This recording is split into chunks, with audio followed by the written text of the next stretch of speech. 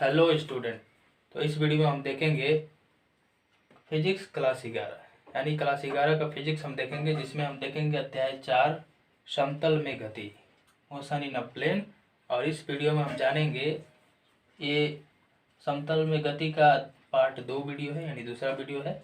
और इसमें हम जानेंगे स्थिति सदिश और विस्थापन सदिश, और इससे संबंधित और भी इसमें जानेंगे। तो चलिए शुरू करते हैं। यदि वीडियो पसंद आया हो तो चैनल को लाइक सब्सक्राइब करें और बेल आइकन को और कमेंट करके बताइए कि आपको कैसा लगा। Very nice. हेलो स्टूडेंट, तो हम देखेंगे स्थिति एवं विस्थापन सदिश, ठीक है, जिसे हम लोग पोजीशन एंड डिस्प्लेसमेंट वेक्टर कहते हैं। और हमने इसका जो है बहुत ही अच्छी तरह से नोट्स बना कर रखा है पूरा, ठीक है। तो इन सभी नोट्स को आपको अपने नोट्स में उतार लेना है, ठीक है। लेकिन सबसे पहले हम इसे समझते हैं। तो हमारा पहले इसमें दिया हुआ है स्थिति एवं विस्थापन सदिश, राइट। और बस इस वीडियो में इसी के बारे में ही डिस्कस किया जाएगा, है ना।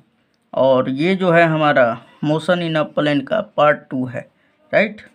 तो देखिए, सबसे पहले हम लोग हेडिंग लगा लेंगे कि स्थिति सदिश क्या है।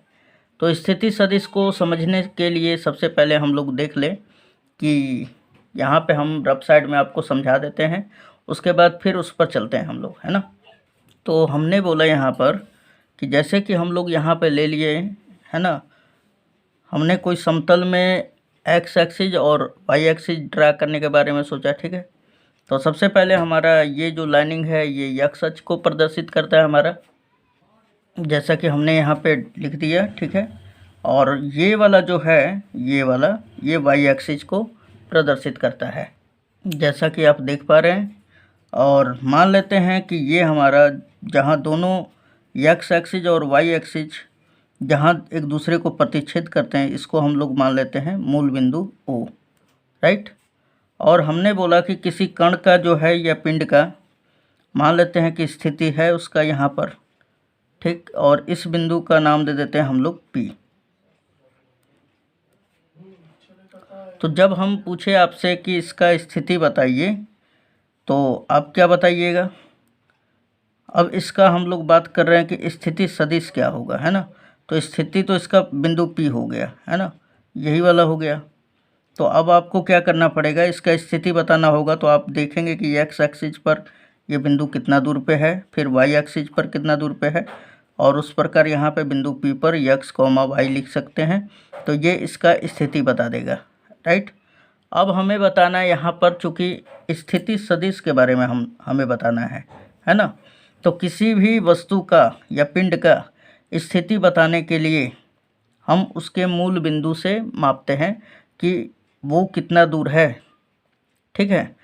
तो मूल बिंदु से उस बिंदु की को मिलाने वाला जो सदिश होगा, है ना, वेक्टर होगा, उसी को हम लोग स्थिति सदिश कहते हैं। तो जैसे कि हमने ये मूल बिंदु कहा, अभी मूल बिंदु ओ और बिंदु पी को जिस सदिश के द्वारा हम लोग मिला देंगे उसी को क्या कहेंगे, स्थिति सदिश, ठीक। जैसे कि हमने यहाँ पे मिला दिया, और स्थिति सदिश को हम लोग इसको सूचित करते हैं वेक्टर आर के द्वारा, राइट। तो ये हमारा क्या कहलाता है, स्थिति सदिश। अब मान लीजिए कि हमने बोला कि एक्स एक्सिस से इस बिंदु का निर्देशांक जो है एक्स है, और वाई एक्सिस पर क्या है हमारा, तो वाई है, मान लेते हैं हम लोग, राइट। तो हम बोले कि वेक्टर आर बराबर क्या लिखेंगे, चूँकि एक्स एक्सिस का दिशा बताना पड़ेगा, है ना। इस एक्स एक्सिस का दिशा बताने के लिए हम लोग यूनिट वेक्टर का यूज करते हैं, एकांक सदिश का। जैसे कि हमने पिछले वीडियो लेक्चर में जो है सदिश क्या है, अदिश क्या है, सदिश के प्रकार, ठीक है, वहाँ पे हमने आपको बताया था एकांक सदिश, राइट।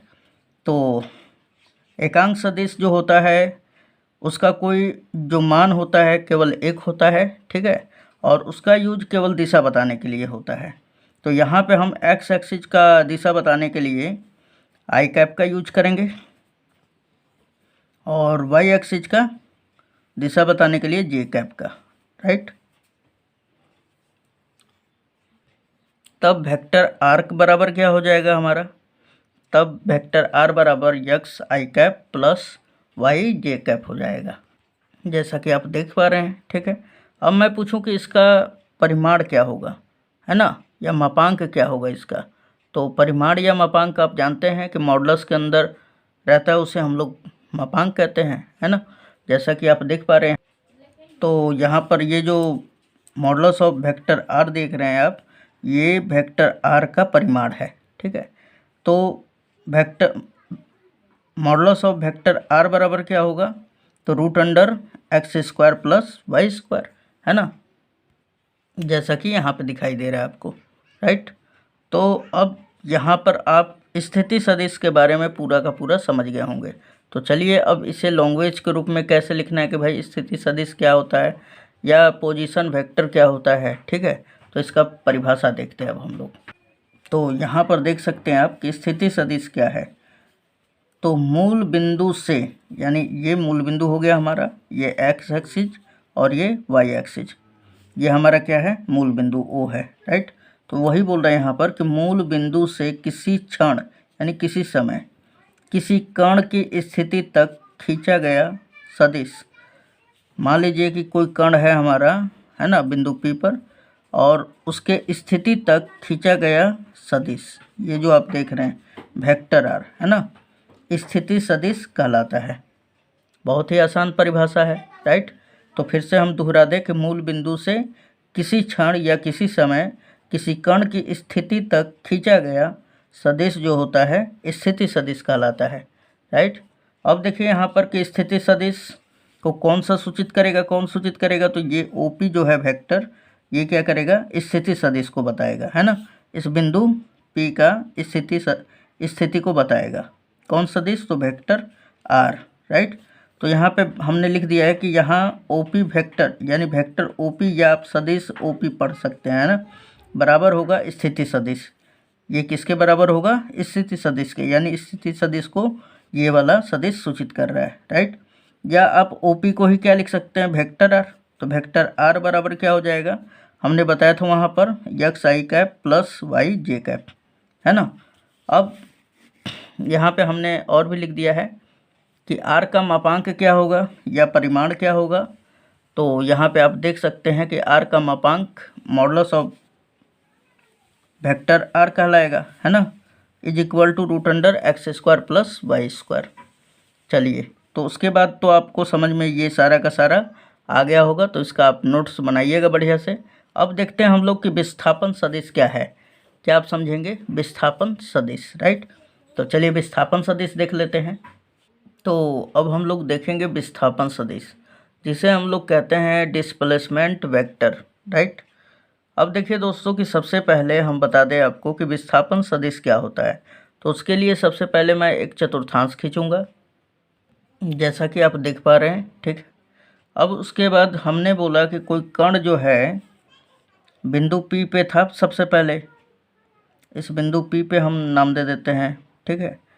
और फिर क्या किया कि ये कण कुछ समय अंतराल के बाद बिंदु Q पर पहुंच गया, है ना, कहाँ पहुंच गया, Q पर।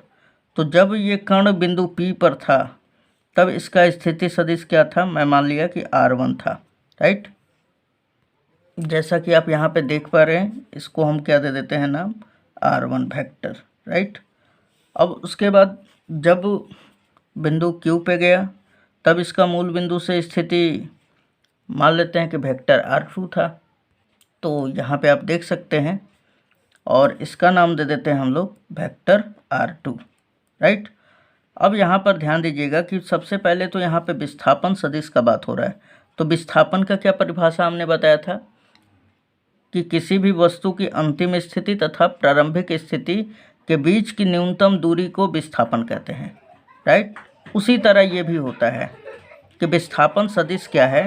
तो सिंपली आप क्या कीजिएगा, जस्ट वैसे ही होता है हमारा कि अंतिम स्थिति किसी भी सदिश की अंतिम स्थिति तथा प्रारंभिक स्थिति के बीच की न्यूनतम दूरी को ही विस्थापन सदिश कह देंगे हम लोग, ठीक है। तो बस यही होता है।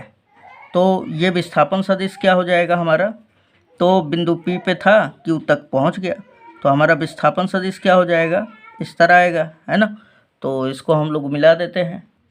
और इस सदिश का जो डायरेक्शन होगा वो इस तरह होगा, राइट। क्यों? क्योंकि बिंदु P से Q की तरफ आ रहा है ना। तो यहाँ पे देखिए इसका जो नाम है हमने बोला विस्थापन सदिश को कि डेल्टा, वेक्टर आर से सूचित कर दें हम लोग, है ना। तो अब ध्यान दीजिएगा दोस्तों कि सबसे पहले मैं बता दूं आप लोगों को कि यहाँ पर वेक्टर जो अभी अभी हमने बोला कि ये बिंदु P पर इसका स्थिति सदिश वेक्टर r1 है, और जब ये बिंदु P से Q तक पहुँचा तो इसका स्थिति सदिश क्या हो गया, r2 है। तो हमने बताया आपको कि विस्थापन सदिश क्या होता है, तो प्रारंभिक तथा अंतिम, या आप इस तरह भी बोल सकते हैं अंतिम तथा प्रारंभिक स्थिति के बीच की न्यूनतम दूरी को या अंतर को क्या कह देंगे हम लोग, विस्थापन सदिश।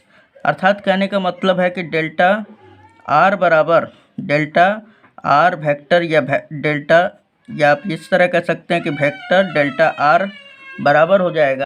तो आप यहाँ पर देख सकते हैं कि डेल्टा वेक्टर आर बराबर हो जाएगा vector r2 minus vector r1, right. तो यही जो होता है हमारा विस्थापन सदिश कहलाता है। ये क्या कहलाता है हमारा, विस्थापन सदिश, विस्थापन सदिश, राइट। तो चलिए इसको भी समझ लेते हैं दोस्तों। तो यहाँ पर आप देख सकते हैं कि हमने पूरा डायग्राम अच्छी तरह से बना दिया है ना। खाली केवल आपको समझना है और कंप्लीट हो जाएगा। तो चलिए इसे अब हम लोग कर लेते हैं। तो यहाँ पे लिखा हुआ है कि किसी कण का किसी समय अंतराल में, है ना, समय अंतराल किसे कहते हैं, तो दो समयों के अंतर को समय अंतराल कहते हैं। तो वही हमने बताया कि किसी कण का किसी समय अंतराल में विस्थापन सदिश कण के प्रारंभिक एवं अंतिम स्थिति, आपका मर्जी कर रहा है तो अंतिम एवं प्रारंभिक लिख सकते हैं, कोई दिक्कत नहीं है ना। तो यहाँ पे हमने लिखा है कि प्रारंभिक एवं अंतिम स्थिति सदिशों के अंतर के बराबर होता है। फिर से ध्यान दीजिए कि किसी कण का किसी समय अंतराल में, है ना, मान लेते हैं कि वो समय अंतराल डेल्टा टी होगा, विस्थापन सदिश यानी कि डेल्टा वेक्टर आर कण के प्रारंभिक एवं अंतिम स्थिति सदिश के अंतर के बराबर होता है। यानी कि प्रारंभिक क्या है, वेक्टर आर, और अंतिम क्या है, वेक्टर r2। ये वेक्टर r1 है और ये वेक्टर r2 है। तो इन दोनों का अगर हम लोग अंतर कर दें, मान लीजिए कि हमारा वेक्टर PQ, ये हमारा विस्थापन सदिश क्या है, वेक्टर PQ, ठीक, बराबर होगा क्या, तो वेक्टर OQ को ले लेना है यानी अंतिम स्थिति, ठीक, और प्रारंभिक स्थिति क्या है, OP। इन दोनों में अंतर कर दें तो जो प्राप्त होता है हमें सदिश, इन दोनों के अंतर के पश्चात, है ना, जो परिणाम या रिजल्ट मिलता है उसी को हम लोग क्या कह देंगे, विस्थापन सदिश, राइट। तो यहाँ पे वेक्टर PQ किसको सूचित कर रहा है, PQ डेल्टा आर, है ना। तो यहाँ पे लिख दिया हमने कि डेल्टा वेक्टर आर बराबर r2 माइनस r1। यहाँ वेक्टर r1 बराबर हमने बोल दिया कि वेक्टर r1 जो है बिंदु P पर है और इसका स्थिति सदिश तो वेक्टर r1 है। तो मैं बोलूँ कि वेक्टर r1 बराबर क्या मान लेते हैं हम लोग कि x एक्सिस पर क्या है, कि बिंदु का स्थिति दे दिया है x1 और y एक्सिस पर क्या दे दिया है, y1, और बिंदु Q पर जो वो कण पहुंचा तो उसका स्थिति क्या हो गया, x2 x एक्सिस पर, और y एक्सिस पर कितना हो गया इस बिंदु का, तो y2, राइट। तब हमारा r1 बराबर क्या हो जाएगा, तो r1 बराबर हमने लिख लिया x1 i cap plus y1 j cap, तथा r2 बराबर क्या हो जाएगा दोस्तों, तो x2 i cap plus y2 j cap, ये हम मान लेते हैं, ठीक है। अब उसके बाद जब अगर हमें, मतलब ये आपका मेनली हो गया, ठीक है, आपको थोड़ा सा ज्ञान देने के लिए कि मान लीजिए कि कोई दो स्थिति सदिश है जिसका दे चुका है ना, सदिश रूप दे चुका है, तो फिर कैसे आप विस्थापन सदिश ज्ञात करेंगे, उस तरह ये सूत्र काम दे देगा, राइट। तो यहाँ पर देखिए कि अब हम पूछ रहे हैं कि वेक्टर डेल्टा आर बराबर क्या होगा। तो यहाँ पे देखिए कि इसके बराबर क्या है, are vector r2 minus vector r1। तो बस वेक्टर r2 की जगह पे क्या रख देंगे, ये वाला सदिश, जो कि यहाँ पे आप देख रहे हैं x2 i cap plus y2, sorry यहाँ पर y2 होगा, y2 j कैप, फिर माइनस करना है किस में, तो वेक्टर r1 को। तो वेक्टर r1 क्या है, x1 i cap plus y1 j cap, यहाँ पे हमने रख दिया। सिंपली अब क्या होगा, ये वाला तो उसी तरह उतर जाएगा हमारा, माइनस का जब प्लस में गुणा होगा तो क्या होगा, minus x I cap x1 i cap, ठीक। इस माइनस का इस प्लस में होगा तो क्या होगा, माइनस y1 j कैप, है ना। इसको और इसको एक में रख लेंगे, रख लिए हमने। और i कैप दोनों का है, दिशा समान है, इसलिए दिशा i कैप जो है एकांक सदिश हमारा i कैप, इसे बाहर कर लेंगे। अब प्लस y2 को y2 j कैप और y1 minus y1 j cap को, तो यहाँ पे हम लिख देंगे कि y2 minus y1 into unit vector j cap, right. अब उसके बाद फिर अगर हम लोग इसका परिमाण निकालना चाहें, यानी कि विस्थापन सदिश का, या हम कह दें इसका कि मापांक हम लोग डेल्टा वेक्टर r का निकालना चाहें, तो ये क्या हो जाएगा। अब देखिए i कैप के साथ कौन है, x2 माइनस x1, है ना। तो इसका बस रूट लगाकर x2 माइनस x1 का होल स्क्वायर, फिर प्लस y2 माइनस y1 का होल स्क्वायर। तो उम्मीद है दोस्तों ये पूरा का पूरा आपको समझ में आया होगा, राइट। तो चलिए मिलते हैं नेक्स्ट वीडियो में, धन्यवाद। और हाँ, अगर आपको पूरा वीडियो देखना है तो प्लीज़ डिस्क्रिप्शन ज़रूर चेक करें, ताकि मेरा जो प्लेलिस्ट है उसका सारा लिंक हमने दिया है आपके लिए कि आप अपना प्रिपरेशन कर सकें।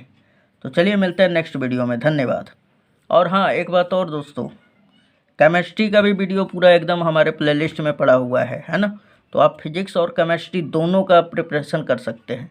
ऐसे तो ये चैनल सभी चीज़ों के लिए बना हुआ है, मैथमेटिक्स, साइंस का सभी चीज़, है ना, मटेरियल। और आप यहाँ तक कि अपने इंग्लिश का भी प्रिपरेशन कर सकते हैं। तो इस चैनल को सब्सक्राइब ज़रूर कर लीजिएगा, ठीक है, ताकि ये हमेशा आपको काम देते रहेगा। और हाँ, चैनल को सब्सक्राइब कर लेने के बाद बेल आइकन को ज़रूर दबा दीजिएगा, वो घंटा वाला को, है ना, उसको दबा दीजिएगा। तो क्या फ़ायदा होगा कि जो भी हम भेजेंगे वीडियो तुरंत आप तक नोटिफिकेशन उसका पहुंच जाएगा।